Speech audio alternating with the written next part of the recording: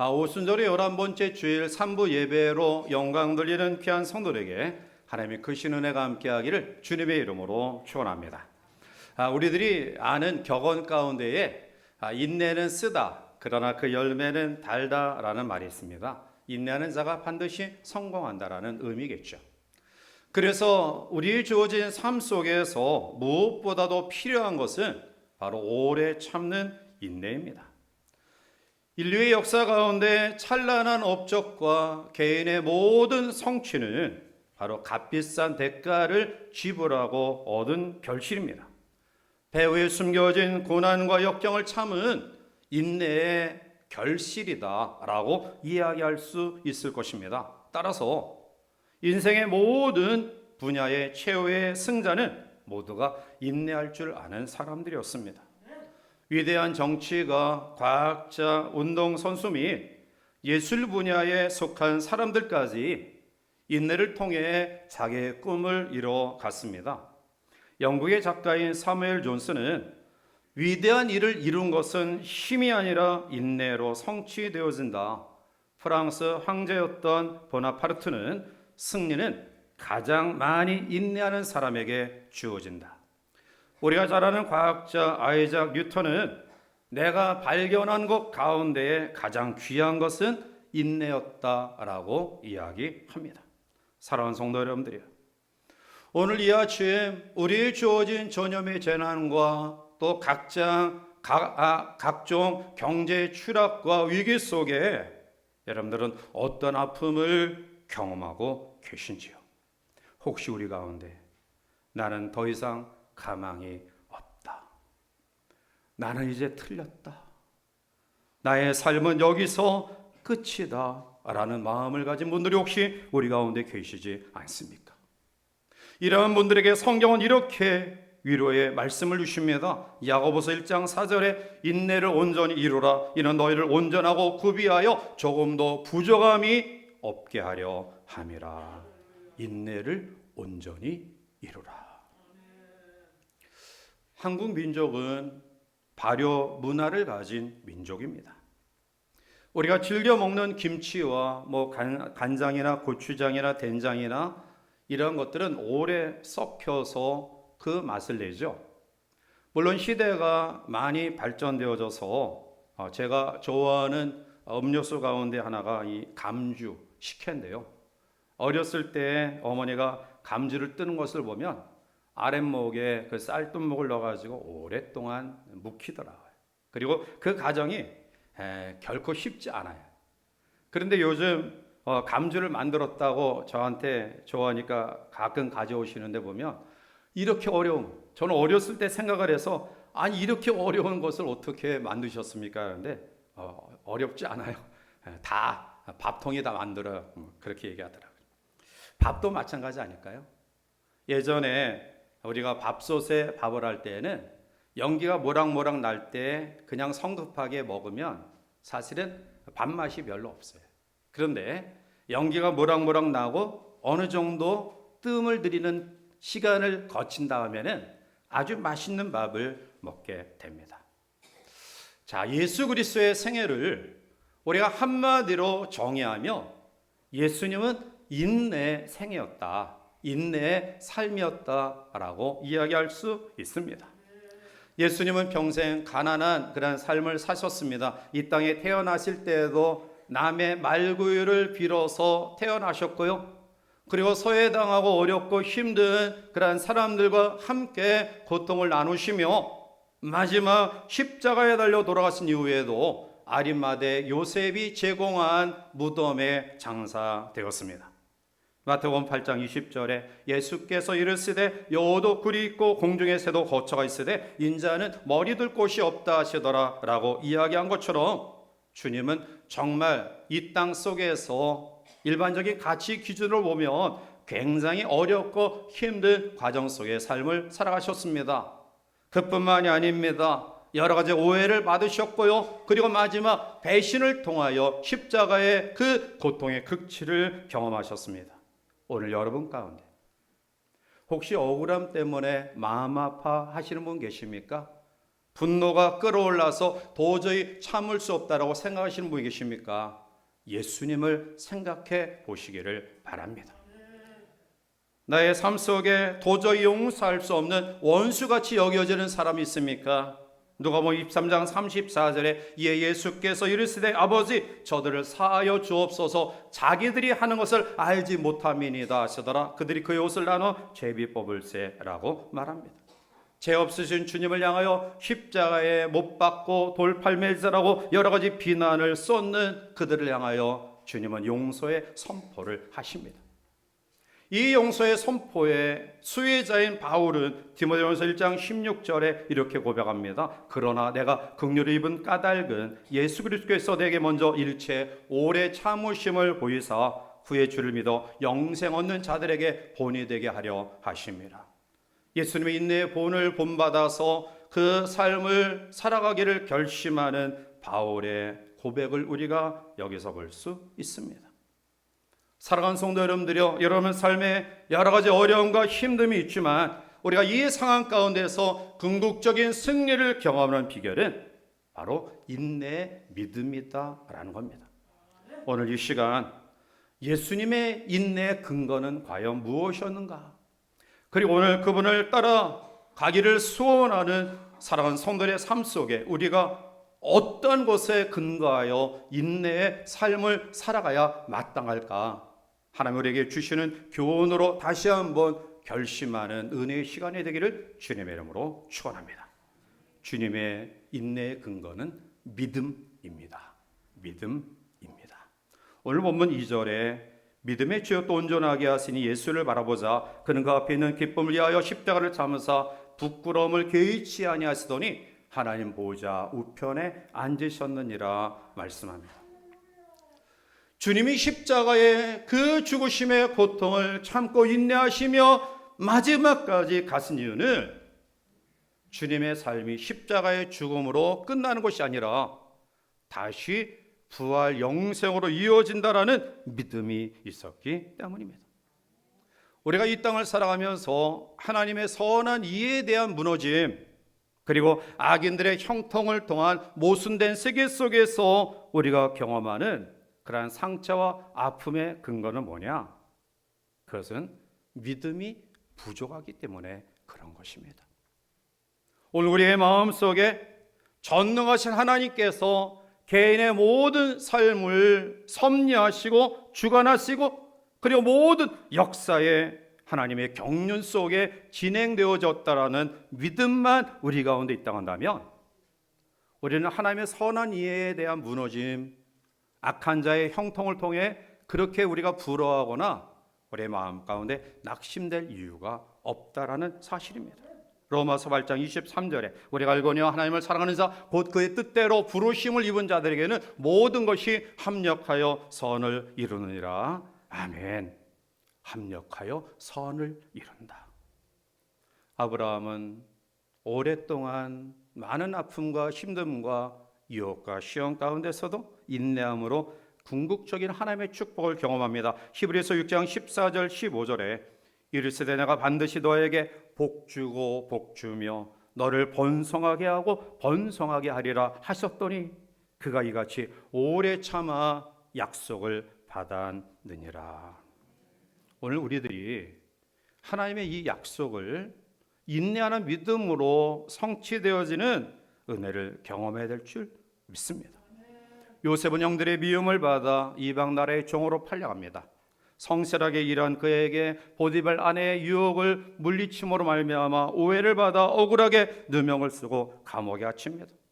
생각하면 얼마나 억울합니까? 분노가 치월어 오릅니다. 그럼에도 불구하고 요셉이 참고 인내할 수 있었던 이유는 하나님의 선한 섭리를 그가 믿었기 때문입니다. 형들이 식량을 구하러 왔을 때에 자기 앞에 놓여진 사람이 옛날에 팔아버린 동생임을 알고 죽었다 두려움에 처한 그들을 오히려 당신들이 걱정하거나 두려워하지 말라. 왜냐하면 이 땅에 나를 보내신 것은 형들이 아니다. 하나님이 우리의 생명을 살리려 보내셨다. 오히려 위로합니다. 여러분, 우리가 이 땅 속에서 선한 하나님의 이해에 대한 무너짐, 악한 자들의 잘됨 속에 불평하지 않을 이유는 하나님의 섭리에 대한 절대적인 믿음입니다. 시편 37편 7절에 여호와 앞에 잠잠하고 참고 기다리라. 자기 길이 영통하며 악한 꾀를 이루는 자 때문에 불평하지 말지어다. 사실 우리들이 불평하고 원망하는, 정말 냉정하게 이야기하면 내 뜻대로 안 되기 때문에 불평하는 거예요. 내 생각대로, 내 계획대로 진행되지 않으니까 불평하고 원망하는 요소가 많다라는 거예요. 여러분, 성도는 내 뜻대로 살아가는 삶이 아니라 하나님의 뜻대로 살아가는 사람입니다. 왜 하나님의 뜻대로 살아갈까요? 하나님의 선한 이해에 대한 믿음이 우리 가운데 있기 때문입니다. 히틀러 나치 정권이 무수한 유태인들을 학살했던 2차 세계대전 당시 유택의 헝가리인이며 종군 기자인 동시에 작가인 엘리 위젤이라는 사람이 있는데요. 그는 자기 동족이 무참히 죽어가는 모습을 보고 마음속 깊은 곳에 신앙에 대한 회의 그리고 갈등에 빠져 있었어요.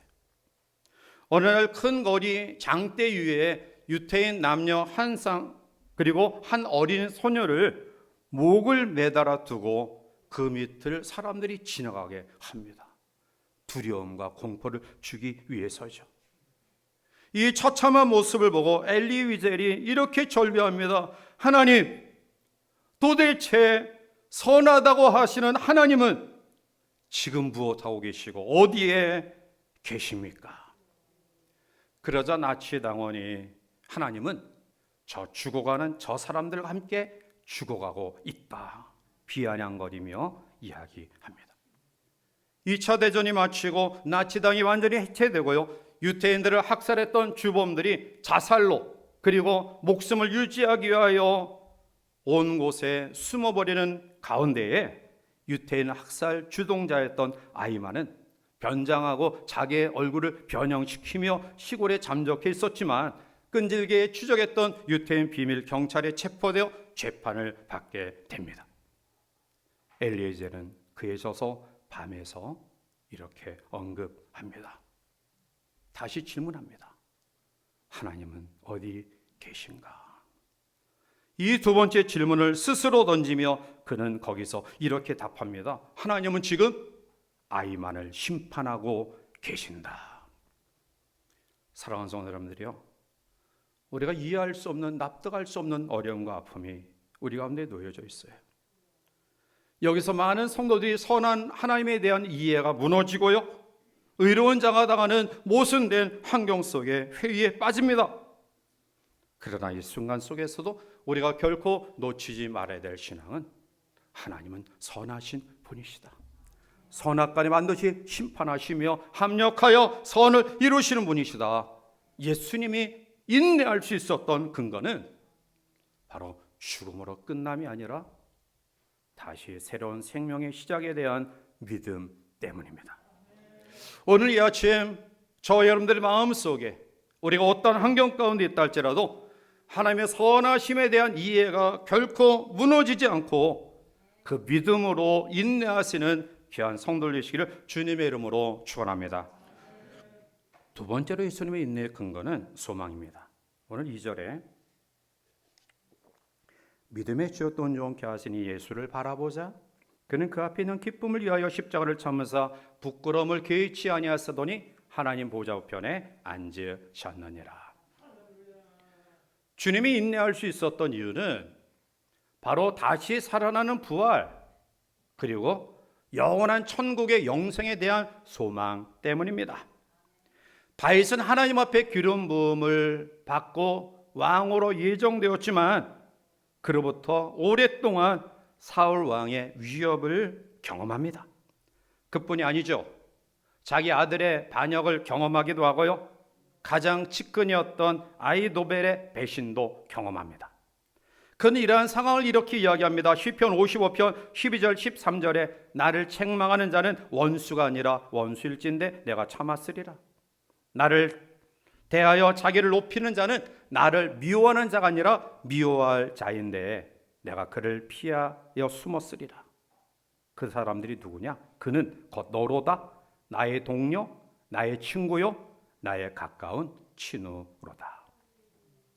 우리가 상관없는 사람들, 알지 못하는 사람들의 잘못된 행태를 통해 우리가 어려움을 당하면 그렇다, 그 사람들을 또 미워하는 마음을 갖지만 그렇게 증오하진 않아요. 그런데 함께 했던 사람, 우정을 나누고 사랑을 나누고 믿을 만한 사람이 배신하고 반역하면 그거 정말 우리 마음속에 도저히 가시지 못하는 아픔과 힘듦으로 남아있어요. 오늘 다윗이 그러한 경험을 합니다. 그런데 다윗이 그러한 속에서 인내할 수 있었던 이유는 하나님의 기름 부음 받았음을 그가 확신하고 언젠가는 하나님 앞에 그 위치에 오를 것이다라는 소망이 그에게 있었기 때문입니다. 로마서 8장 18절에 생각하고 내 현재의 고난은 장차 우리에게 나타날 영광과 비교할 수 없도다. 인내할 수 있는 이유는 소망 때문입니다. 우리들이 잘 아는 왈츠라는 사람의 소망에 대한 그림이 있어요. 둥근 지구 위에 젊은 여인이 홀로 외롭게 앉아 있습니다. 자세히 보니 그 여인의 두 눈은 수건으로 감싸져 있습니다. 앞을 보지 못하는 거죠. 그 가슴에 비파를 안고 있는데요, 줄이 다 끊어졌습니다. 겨우 한 줄만 남아 있습니다. 이 여인의 뒤에 희미한 별 하나가 반짝이고 있습니다. 그런데 여러분, 이 남은 줄 하나로 이 여인은 아름다운 음악을 타고 있습니다. 이 줄은 소망의 줄입니다. 이 별은 소망의 별입니다. 이 그림이 많은 사람의 생명을 구했다고 합니다. 우리가 살아갈 때 믿었던 여러 가지 줄들이 끊어질 경우가 있어요. 믿고 의지했던 부모님이, 사랑하는 남편과 아내가, 그리고 사랑하는 이가 나보다 먼저 이 세상을 떠나기도 하고요. 나의 사업이 실패를 경험하기도 하고요. 완벽하게 다 이룰 것이라고 확신했던 우리의 계획들이 한순간에 무너지는, 믿었던 줄들이 끊어지는 경험들을 합니다. 그러나 그러한 가운데서도 우리가 그 상황을 극복할 수 있는 그러한 것은 바로 소망의 신앙입니다. 바울은 고린도서 4장 16절 이후에 이렇게 고백합니다. 그러므로 우리가 낙심하지 아니하노니 우리의 겉사람은 낡아지나 우리의 속사람은 날로 새로워지도다. 우리가 암시받는 환난에 경한 것이 지극히 크고 영원한 영광에 중한 것을 우리에게 이루게 하매니 우리가 주목하는 것은 보이는 것이 아니요 보이지 않는 것이니 보이는 것은 잠깐이요 보이지 않는 것은 영원함이라. 아멘. 여러분, 우리 눈앞에 보이는 현실은 늘 우리를 실망시킵니다. 현재의 모든 상황은 무거운 짐으로 우리를 짓누르고 있습니다. 우리가 그것만을 바라보며 우리의 삶을 살아가는 우리 모두는 실망하고 절망합니다. 그러나 보이지 아니하는 그 세계를 볼 수 있는 영안, 그것을 가진 사람들은 결코 이 땅 속에 우리의 소망을 두지 않고요. 그리고 이 땅 속에 많은 사람들이 얘기하는 것들이 무너졌다 할지라도 그것 때문에 낙심하지 않습니다. 모세는 애굽 왕의 무남 동료 공주의 아들로 입양되어 성장합니다. 가만히 있으면 당시 중근동 일대를 주름잡았던 애굽의 다음 왕위를 이어받을 위치에 있었던 그런데 그는 보이는 것이 전부가 아님을 알았고요.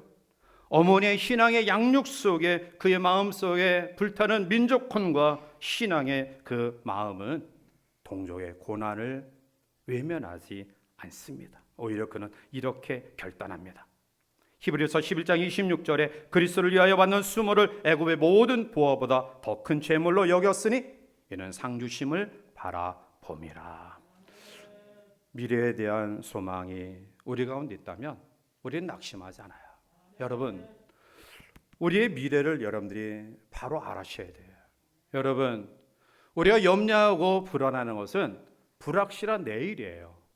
그러나 성도는 예수 그리스도의 보혈로 구원의 반열에 세워져 인생 광야 여정 속에 우리와 여전히 동행하시고요.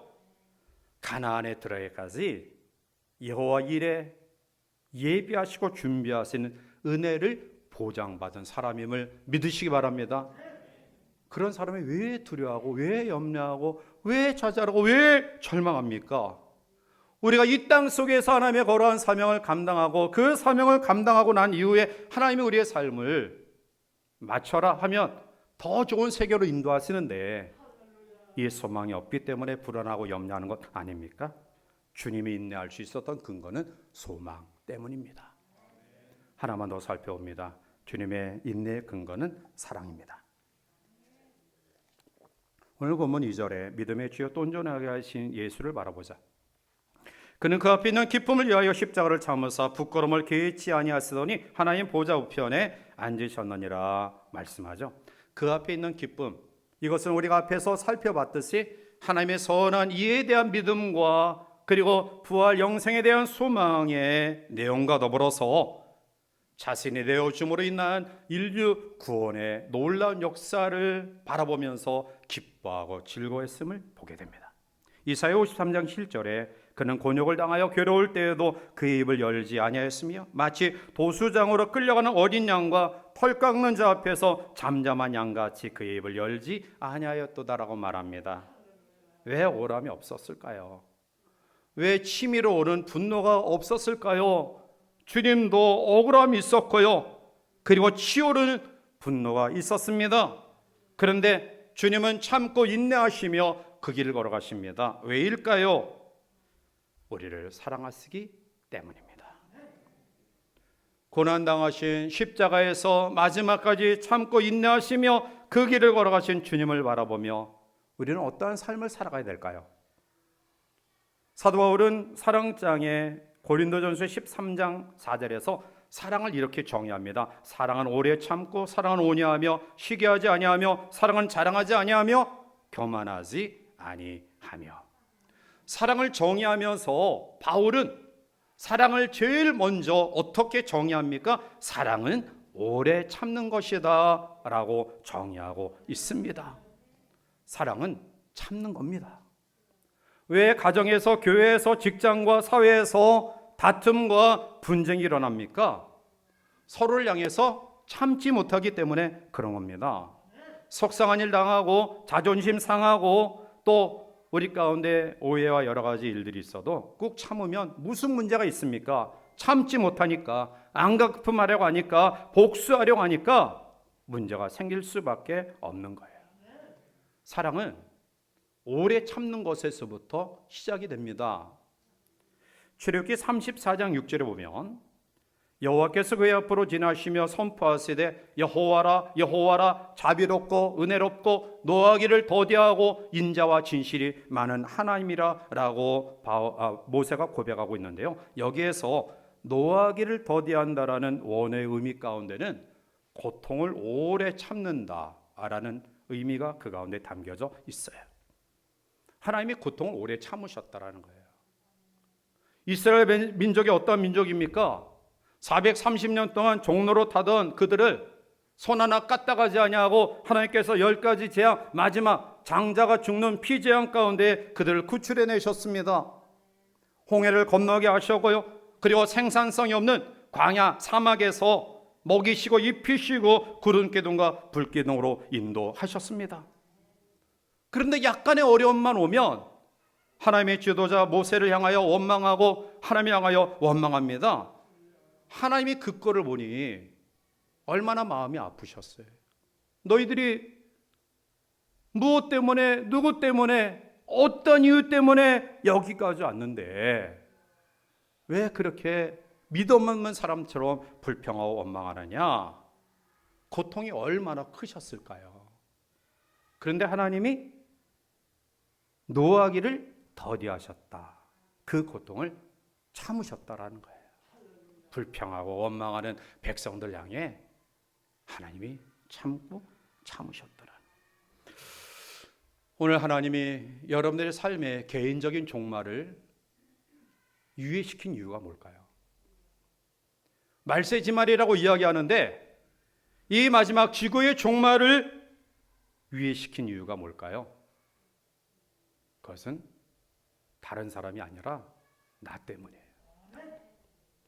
내가 하나님 앞에 아직 불완전하기 때문에, 내가 하나님 앞에 아직 회개할 것이 있기 때문에, 내가 이 모습으로 그냥 하나님 앞에 서면 부끄러울까 봐 하나님이 나에게 아직 유예 기간을 주시는 거예요. 개인의 종말이 아직 오지 않은 사랑하는 성도들, 지구의 종말을 아직 경험하지 않은 우리 모두들, 오늘 우리는 하나님이 우리에게 기회 주실 때에, 유예 기간이 우리에게 주어질 때에 돌이켜 하나님 보시기에 합당한 모습으로 세워져야 될 줄 믿습니다. 골로새서 3장 12절에 그러므로 너희는 하나님이 택하사 거룩하고 사랑받는 자처럼 긍휼과 자비와 겸손과 온유와 오래 참음을 옷 입어라.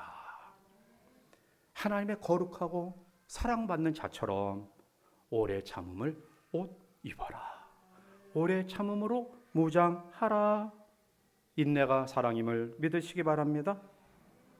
이 아침 우리는 우리에게 주어진 경제, 정치, 또 전염, 그리고 남에게 말할 수 없는 자녀의 문제, 가정의 문제, 우리의 진로의 문제, 수없는 아픔과 힘듦에 무거운 짐을 지고 힘겹게 살아가고 있습니다. 그럼에도 불구하고 우리가 결코 좌절하지 않는 이유는 주께서 인내하셨고요, 그리고 승리하셨기 때문입니다. 어떠한 마음으로 무장해야 될까요? 하나님의 선하심에 대한 믿음. 하나님은 선하신 분이다. 하나님의 개인과 또 모든 인류의 역사를 간섭하시고 경륜과 섭리 속에 있다. 선악간에 하나님 반드시 판단하신다. 우리의 삶이 이 땅의 것으로 끝남이 아니라 죽음과 시작되는 결코 비교할 수 없는 영원한 세계를 하나님이 우리에게 보장해 주셨다. 소망의 신앙. 나 한 사람 때문에 존재하는 예수님, 나 한 사람 때문에 십자가의 고통을 참으신 주님, 그리고 죽음을 감수하신 예수님, 나 한 사람 때문에 여전히 개인의 종말과 지구의 종말을 연기시키는 하나님의 사랑, 그 사랑에 근거한 인내가 우리 가운데 있을 때 우리는 이러한 인내를 통해 하나님께 영광 돌리는 삶을 살아야 될 줄 믿습니다. 이 한정환도 많이 어렵고 힘들지만 예수님의 인내의 본을 받아 믿음, 소망, 사랑으로 인내하여 하나님의 영광을 드러내는 복된 승리의 삶이 우리 가운데 가득하기를 주님의 이름으로 축복합니다. 기도하겠습니다. 사랑의 하나님, 감사합니다.